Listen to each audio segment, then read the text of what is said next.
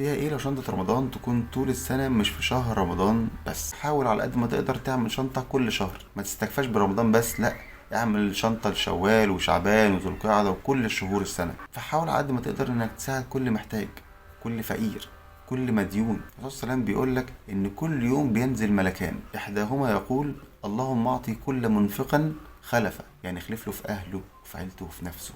والتاني بيقول اللهم اعطي كل ممسكا تلفه، يعني تلف له حياته وتلف له فلوسه. اهتم بالفقير والمحتاج والمديون طوال السنة. الأمر محتاج منك إنك تدور شوية وتسعى وتشوف فين الفقير.